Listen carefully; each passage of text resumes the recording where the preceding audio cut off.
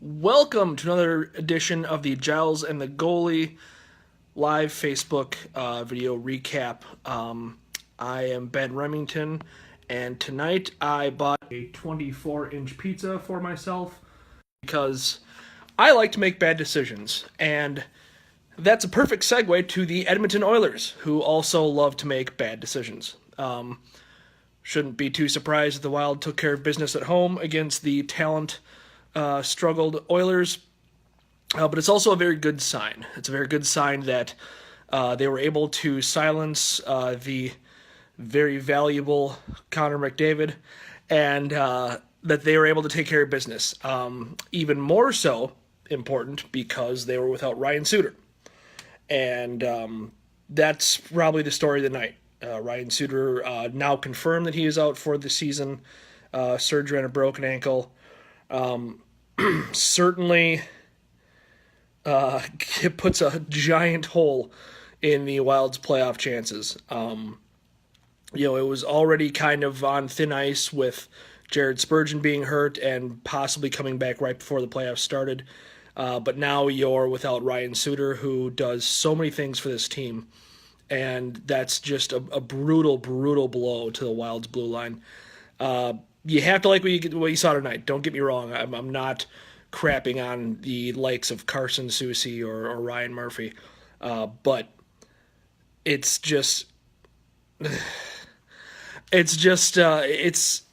not a good thing that Suter is out for that long.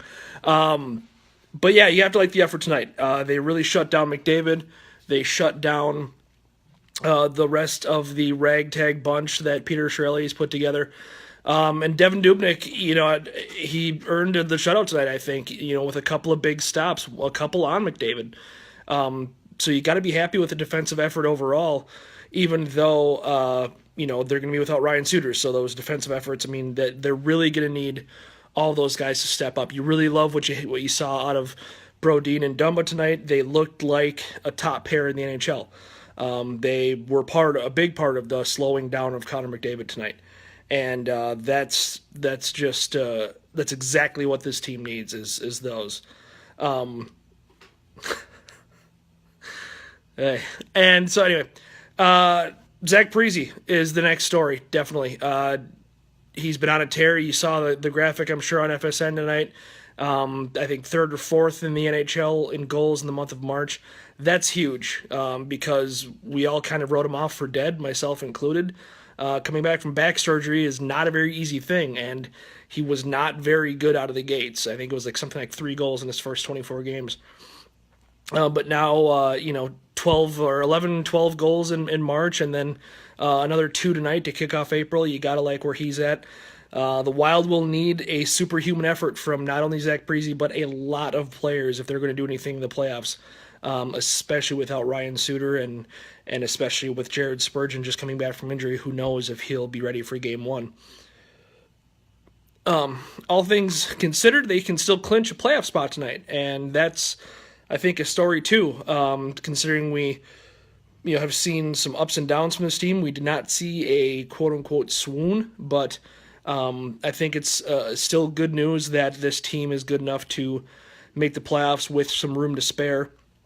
Now it just all comes down to seeding, and as we talked about kind of ad nauseum this weekend on the podcast, we want to see anybody but the Jets, which it looks like there's about a 95% chance that the Wild are going to play the Jets. So, that's kind of where I'm at. We'll see if the Kings can beat the Avs tonight, the Wild lock up a playoff spot. We'll see how the Wild perform on the California road trip without Ryan Suter. It's going to be a very tough road, but it's not like teams haven't won in the playoffs without very good players before. So, all in all, you have to like what you saw tonight. Shutting down a talented player like McDavid, even if it was on home ice, is something to kind of hang your hat on, and it's especially something to hang your hat on if you're a defense without your 2 best defenders. So, gotta like what you see, like what you saw out of Dubnyk. If he can get hot right now, that's probably the most important thing for the playoffs.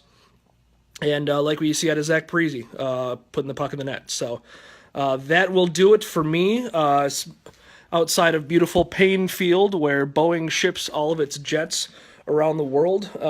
Super scenic if you weren't blinded by the glare. That'll do it. Look forward to more this week from Giles and myself. Look forward to the podcast and playoff preview this upcoming weekend. Thank you for the listens. Thank you for the downloads, and we will see you later.